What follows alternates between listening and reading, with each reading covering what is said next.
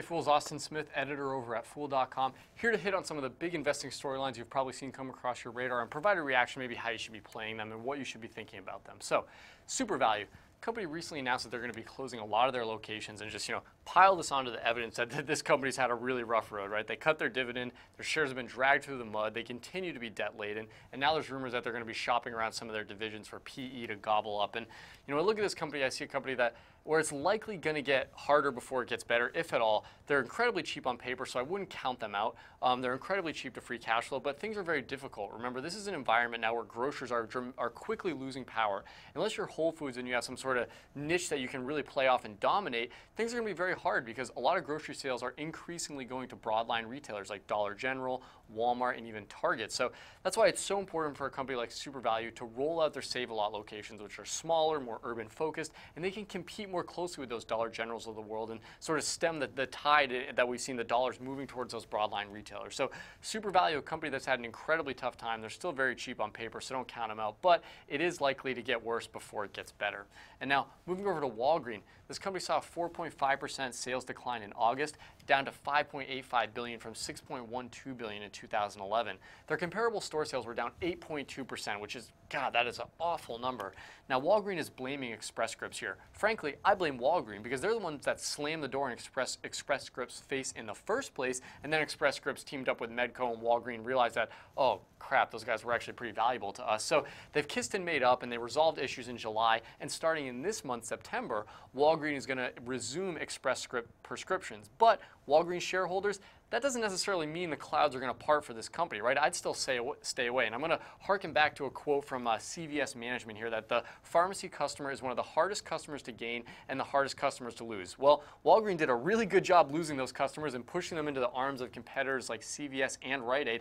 And now that they offer those Express Scripts prescriptions, it's going to be very hard to convince those customers you previously pushed away to come back. So Walgreens, yeah, they may have kissed and made up with Express Scripts, but that doesn't necessarily mean they're out of the woods yet. Now, moving on to Amazon. The company recently announced their revamped Kindle and Fire. They have a lower price point on their existing Fire, down to $159. My God, it is so unbelievably cheap, and this just adds to the mounting evidence that Barnes & Noble is not going to be able to survive with their Nook tablet, and this really turns up the heat in the entire tablet space because in typical Amazon fashion, it looks like these guys are either going to be taking a loss or selling these things at razor thin margins at price points that are absolutely impossible to ignore. This company has 22% of the tablet market, at least according to their own claims. So this is going to make things difficult for Barnes & Noble. It's going to make things difficult for Google's Nexus 7, which probably hasn't been the most popular device out there in the world. And we also see claims of about $40 loss on each Fire. But remember, the real value with this company is that they get you into their system and they get you subscribed with their Prime service and they get you into their whole ecosystem. So they'll sell things at these narrow margins or even a loss in order to get you in the ecosystem because the average purchase of an Amazon Prime member is still about $50. So even if they're losing $50 on each of those Kindle Fire devices, they're going to make it up over the long run. I remain very bullish on Amazon's prospects. I love to see this price point, and I love to see the competitive nature of where they're rolling out these tablets. Now, moving over to Kraft. This company that a lot of investors have been eyeing keenly for the year because they're going to be splitting up into a domestic grocery market and an international higher growth snacks division. And we got a little bit of color on that. Mondelez, which is going to be their international division, is aiming for long-term organic revenue growth of 5 to 7%. Now, this is the Philip Morris to Kraft's Altria, right? It's the internationally focused, in theory, higher growth of the two companies right there. But frankly, I'd rather just buy Pepsi, right? Pepsi recently had 5% organic revenue growth company-wide, and that includes such saturated markets like their domestic North American market. So, forget international markets, which grew faster than that in terms of organic revenue growth. So, when it comes down to the Kraft versus Mondelez split, I still don't like it. I'd much rather buy a company like Pepsi, which has their direct-to-store supply chain, which can't be beat by Kraft. I think Kraft is weakening itself after a failed Cadbury acquisition here, and splitting up is kind of an implicit admission of that fault. Instead, buy greatness, right? Buy Frito-Lay, buy PepsiCo. They have 40% of the global snacks volume, and they repeatedly said they're not going to spin off Frito-Lay. They're going to keep it in-house, and I believe that's going to be a tremendous long-term boon to the company. Now, of course, when we look at Kraft versus Mondelez, that takes us into the debate. When they're breaking up into this domestic grocery division or the international growth division, which one do you buy? I still say neither, right? Because Kraft, the more domestically focused company, is operating in a market where they sell meats and cheeses. That's their bread and butter, but those are commoditized products increasingly.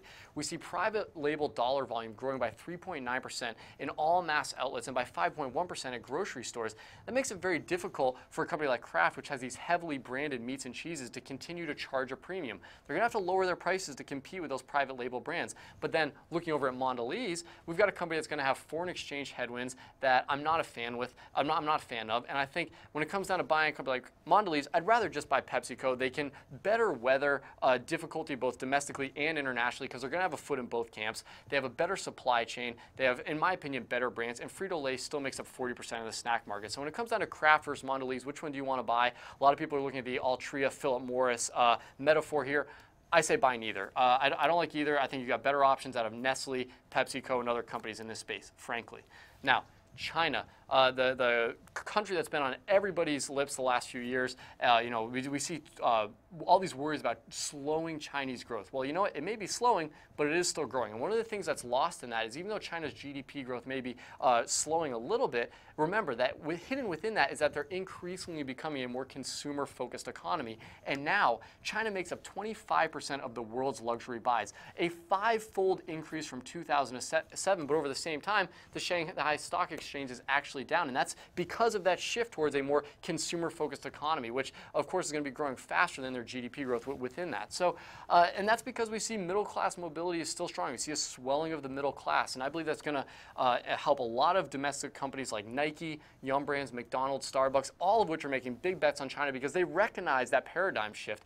Even though GDP growth may not be what it was, even last year or the year prior, that shift towards a more consumer-facing economy is going to benefit those companies dramatically. And one of my favorite picks for that sector is actually Coach. We're still seeing strong double-digit same-store sales growth in China. You compare that to a luxury retailer like Michael Kors, which has no China exposure, and they're far more expensively priced, and bake in the incredible management that you get with Coach. I think they're an absolute winner for the Chinese economy. So remember that one stat: China makes up 25% of the world's luxury buys, and that's up fivefold from 2007. Coach is the company to play that trend right now. Thanks for tuning in. We'll see you over at